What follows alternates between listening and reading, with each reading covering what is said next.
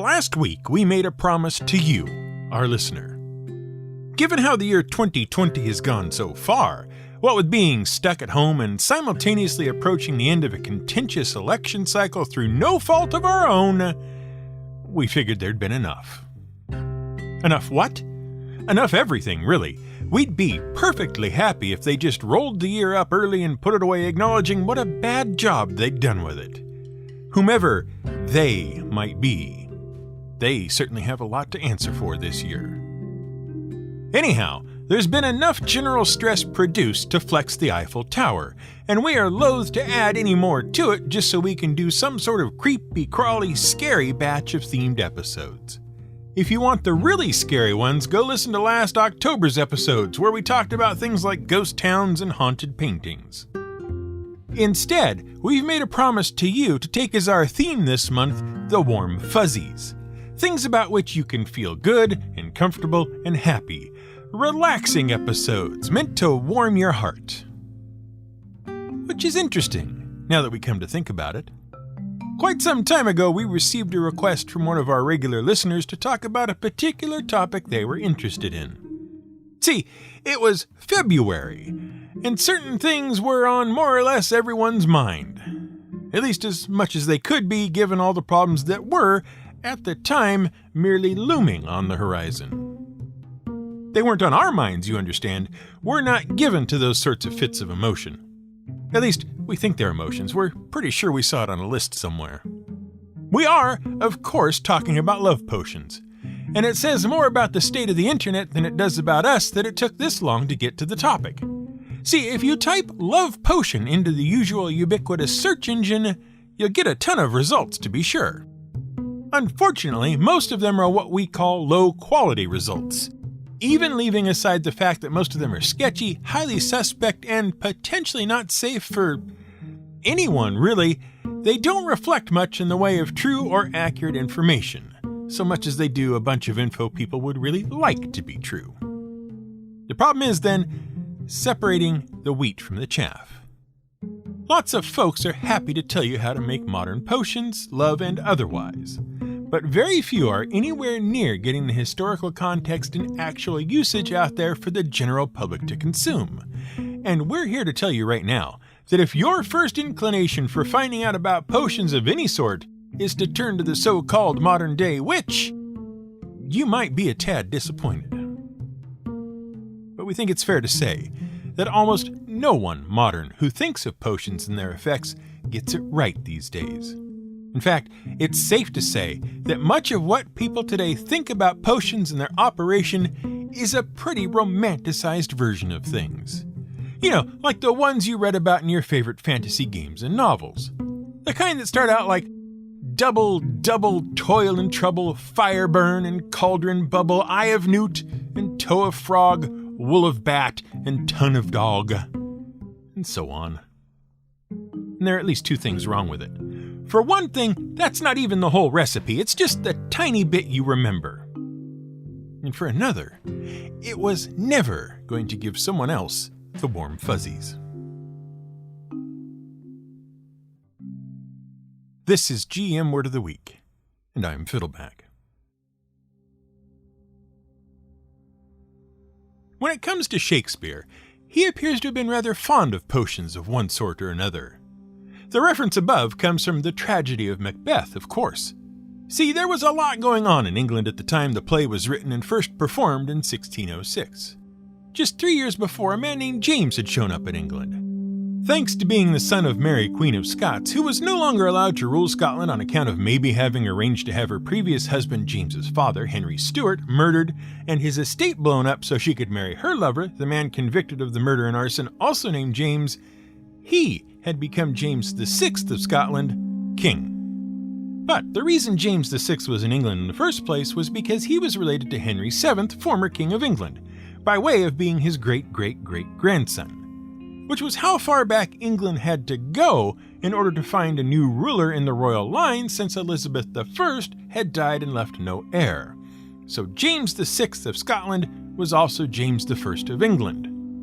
All clear now? Good. Fortunately for Shakespeare, James I/VI liked a good play, and Shakespeare was already well known for writing such things. Even Elizabeth I had recognized his talents and patronized his plays, so it was easy enough for King James to take on the same duties.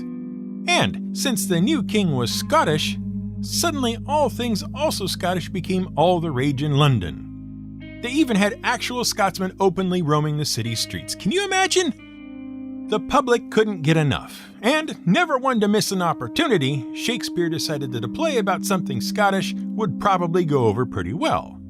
So he set about writing one both to cash in on the current interests and as a sort of, oh, you're Scottish? What a coincidence. I've just finished a play that is also Scottish. Perhaps you'll enjoy it sort of present for King James. But Shakespeare works on several levels, as anyone who has studied his works even casually can tell you. James I had two keen interests. The first was in treason, or rather the prevention of it. See, Scottish history was full of traitors betraying their lords and kings so they could become lords and kings themselves instead. Quite reasonably, any king of Scotland was very wise to be so concerned. But James had gone one step further and taken notes about how traitors operated, and this led to his second keen interest: witches. See, witches tended to be the people Scottish traitors went to in order to devise their plots against the folks in charge and get a little help in carrying out their plans. So James made what we're quite sure was a reasonable inference for the time. Namely, if I get rid of all the witches, the would-be traitors will have no one to turn to for all that help and advice, and witches are much easier to find than traitors are, at least for the time being. So he set about having every witch he could find executed. So up walks Shakespeare with his new Scottish play, and how does it open? Why, with Macbeth, successful general, meeting a trio of the witchiest witches ever witched, who proceed to tell him that, through no effort or merit of his own, he will be right wise King of Scotland. And what happens next? Well, we'd hate to spoil it for you, but sure enough, the means to fulfill the prophecy quickly present themselves. Macbeth is, on the surface, about what happens to traitors. But it's also about the ambition for power, and how too much ambition and too much power are bad things.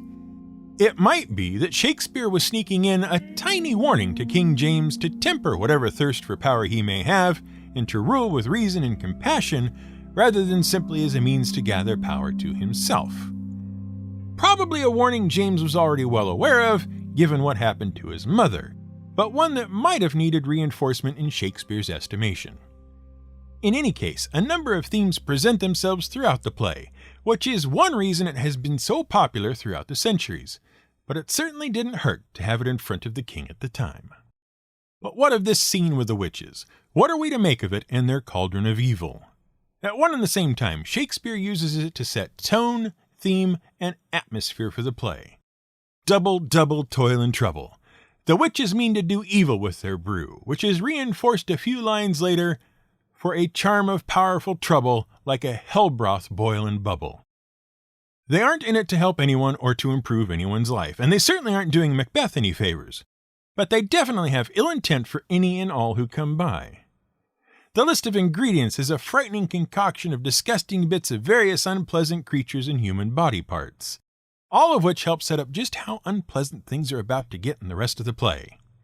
But the real kickers in the ingredient list are hemlock and yew, both poisonous even when not brewed up into a potion. Hemlock kills by inducing respiratory failure, and yew kills by very swiftly causing cardiac arrest. Not only is the potion setting the mood for the evil workings of the play, but also foreshadowing the deaths to come. From then on, the play is on an inevitable slide to disaster for virtually everyone involved. But this is not Shakespeare's only dalliance with the world of potions and poisons. In Hamlet, the king is poisoned via the ear using what is probably henbane, which contains a toxin lethal to humans in concentrated doses, though we aren't sure that the ear is a viable route of delivery. Romeo and Juliet contains the infamous sleeping draught used by Juliet to feign death and fatally mislead Romeo. And lest you think Shakespeare was a real downer of a guy, there is A Midsummer Night's Dream, in which the fairy Puck concocts a love potion using a flower called love in idleness, which is otherwise known as wild pansy. What follows is an amusing series of errors and mistakes which serve to see all the wrong people falling in love with the first person they see, and as is typical with the use of love potions in literature, none of it goes right at all until the final act. And even then, you sort of have to wonder. This is, of course, typical of the use of love potions.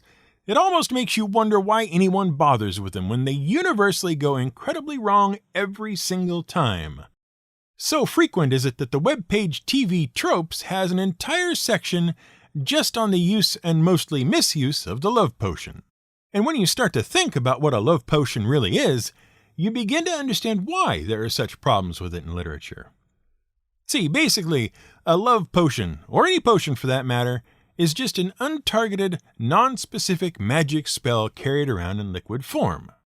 Just like the fantasy world potion of healing or potion of giant strength, they're meant to work on anyone who happens to drink the potion. They're just a spell anyone can imbibe.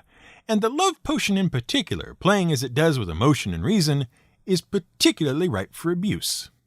Enemies become lovers, friends become rivals, and people who are in positions of disadvantage suddenly become advantaged. Don't know what we mean by that? We'll explain. One of the things about love, in whatever form it comes, is how it changes the power dynamic between two people. To understand what we mean, let's take a look at northern Pakistan and the Yusufzai Pukhtun of Swat. In 1980, Charles Lindholm of Barnard College at Columbia University released a paper entitled Leatherworkers and Love Potions. In Swat, it was once the custom to make a love potion by washing the dead body of a leather worker and getting your target to drink the resulting water. After that, they were certain to be in love with you, and while on the surface this sounds like the usual result of drinking a love potion, if from a somewhat unusual recipe, you have to look deeper to understand what is really going on here with a Pukhtun. To start with, let's look at the entire practice. The most efficacious love magic is the water that has been used to bathe the body of a dead leather worker, called a shakel. In local legend, this filter is collected by a witch during the new moon. Mounted on a wild pig, an animal which is anathema to the Muslim Pukhtun, the witch makes her way into the village graveyard and exhumes the corpse of a newly dead male leather worker. She hangs his body from a tree, washes it, and sells the water to women who will give it to their husbands or lovers in their tea. It is never used on a woman. Modern Pukhtun say they no longer believe in the witch on a pig aspect, but they continue to have faith in the power of the magic water, claiming that it is still actually collected, sold, and used. Rumors of disinterred leather workers are pointed to as proof of the continuation of this practice. Now, it's difficult to understand, but the reason the love potion is never used on women in Pukhtun society has to do with how their society organizes itself. And it begins with inheritance and genealogy, the basic principles of which are organized through the male line, with all sons sharing equally in the estates and property of the father. But the Pukhtun put strong emphasis on the individual and separation from others. Males hold themselves apart from virtually everyone else and strive to be seen as fiercely self-reliant. Asking for or needing help are seen as signs of weakness. This puts the fathers at odds with their sons, since they've each been raised in the same way with the same values. Part of being seen as a man is self-reliance, but the sons also need to inherit the father's property in order to be seen as having achieved full manhood. The father wants no help from his sons and doesn't even wish to associate with them, as this could mean others see him as weak.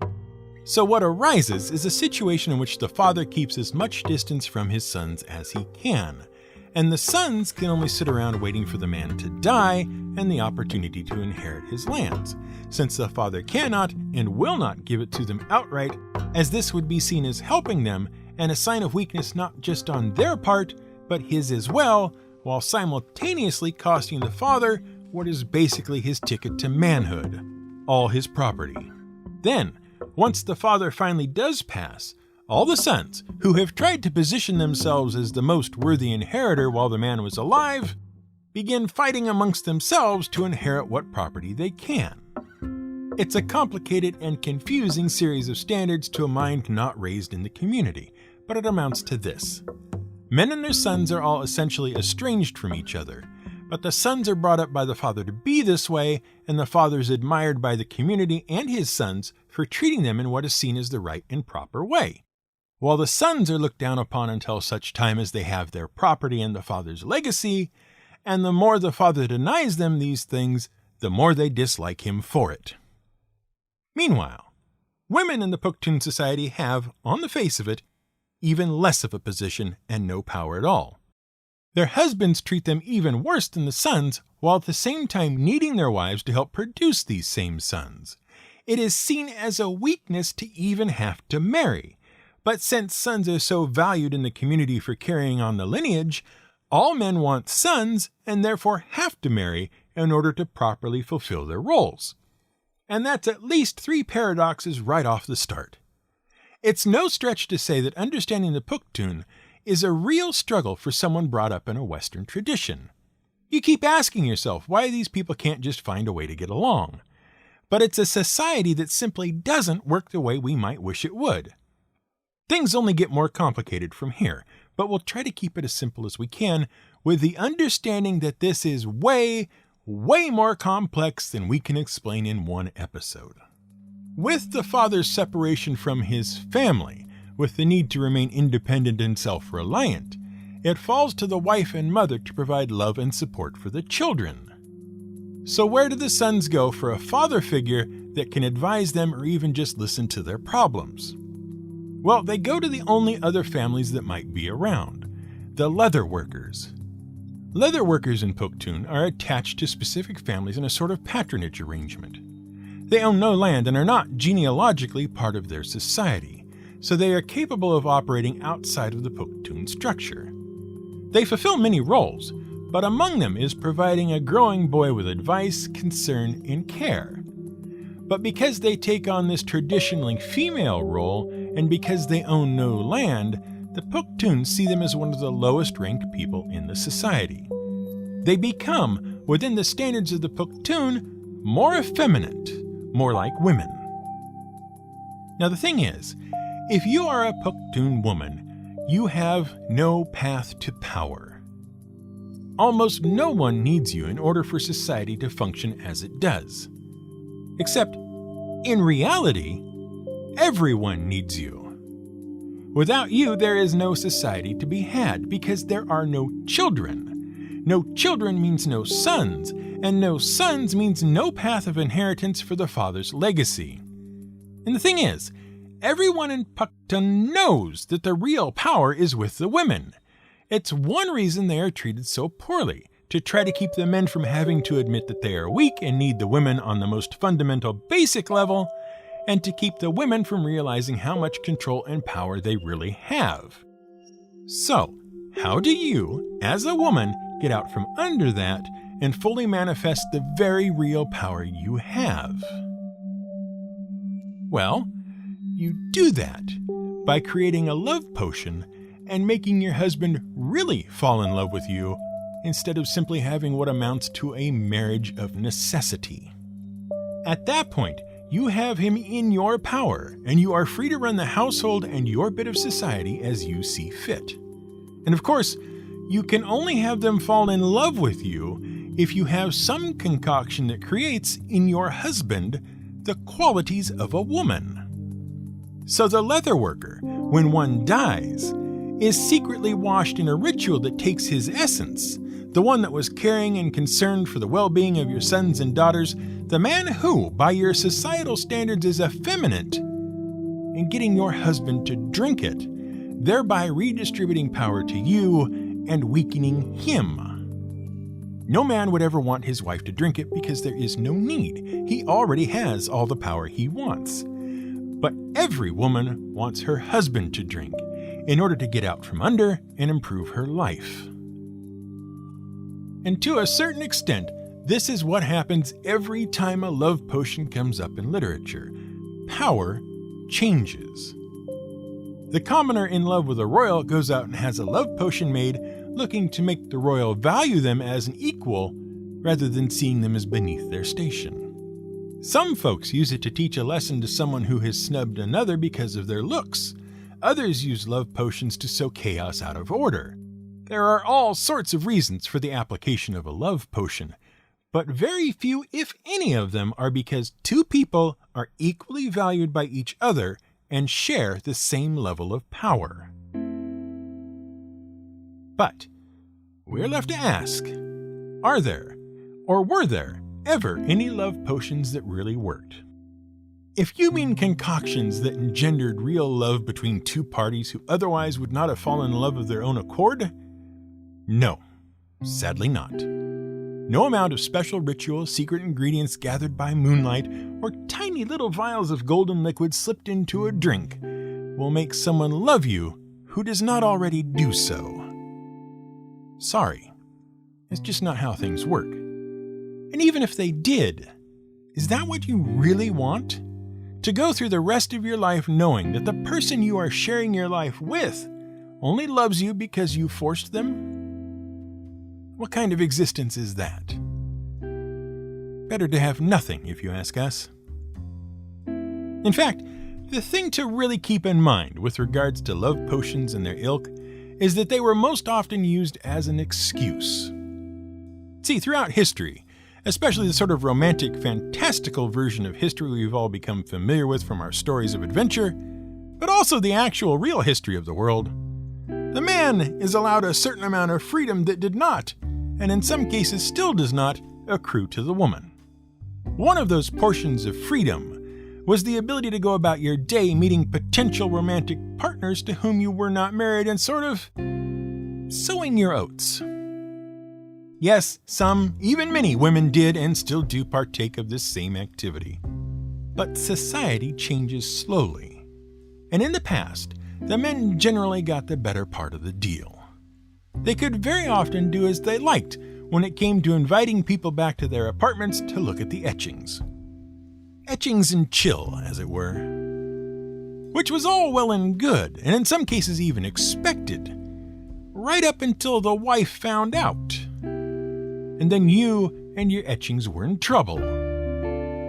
So it was very handy to be able to look your beloved significant other in the eyes and claim you had no knowledge of how it was you came to be viewing the etchings with that particular person. No, really, last thing we remember, we were in the tavern with the lads enjoying a frothing mead by the cooking fire. We swear, on our honor, you've got to believe us. We know she's probably a witch of some sort. No, seriously.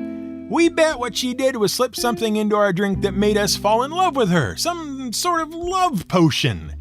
You can't blame us for that. Which just leaves us with one last thing to say.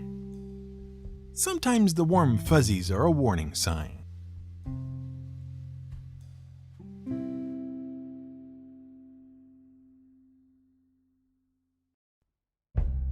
You've been listening to another episode of GM Word of the Week, and we very much thank you for it.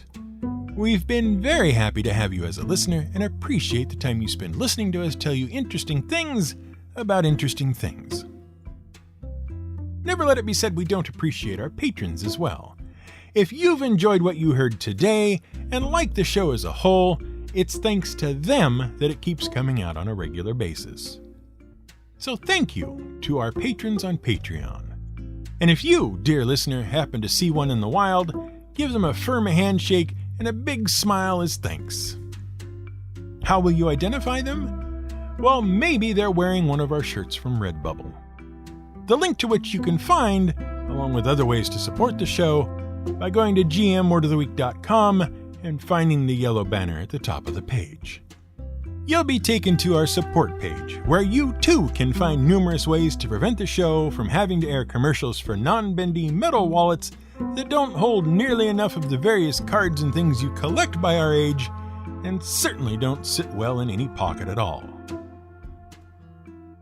This episode was researched, written, and produced by Brian Casey, who probably would have scored as well in potions class as he did in chemistry, where the only thing he got right was making peanut brittle.